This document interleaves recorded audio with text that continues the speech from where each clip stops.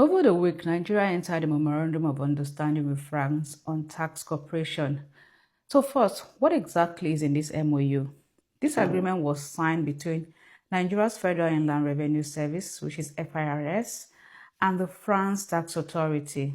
So it is not aid, it is not investment, it is not France borrowing Nigeria money. No, it is a technical cooperation agreement. So in simple terms, France is going to be helping Nigeria upgrade how it collects, tracks, and enforces taxes, and that is it. So, what does this MOU actually cover, and what does it not cover?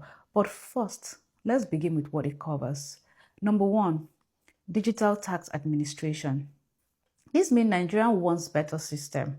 They want more online filing, more centralized data. They want better tracking of income and transactions. So in plain language, the government wants to see more, they want to know more and reach more people financially. The second one is tax compliance and enforcement.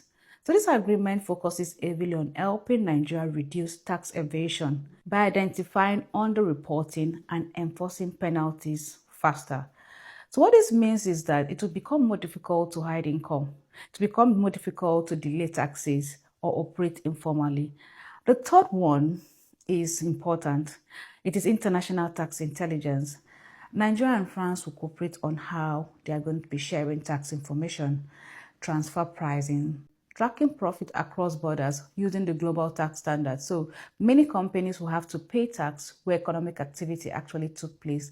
In other words, they want to stop artificial profit movement. And this actually aligns Nigeria with global tax surveillance systems. The fourth one is training Nigerian tax officials. So France will train FIRS staff on how to share expertise. They will help them build technically skilled workforce. And again, all this we've mentioned is about capacity to collect tax. But now let's talk about the one that benefits you. Let's talk about what this MOU doesn't include. This agreement doesn't promise better hospitals.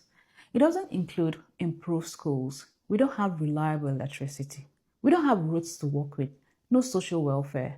No protection when you lose your job. There's no compensation when the government fails.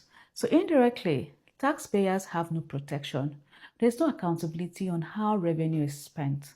None of this is in this MOU. So while the state is upgrading its ability to collect, nothing in this agreement upgrades its obligation to deliver. Now, let's compare this with how France operates. France is not a soft country when it comes to taxes.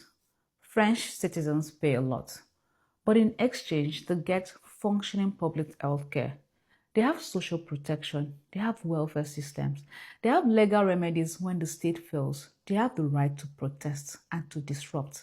They have courts that can challenge government power. So in France, taxation comes with rights, protection, and accountability. That is the social contract. Nigeria wants the French tax tools without the French social contract.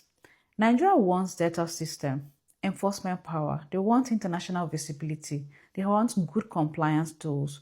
But Nigeria doesn't want to provide functional public services, institutional accountability. They don't want any legal protection for taxpayers. So we are now importing the punishment, not the protection. And this brings us to the real issue. Why can't Nigeria balance its books?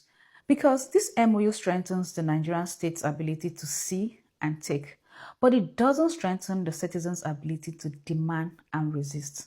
That imbalance is dangerous in a democracy. It is a truth at a time. Take care and have a nice day.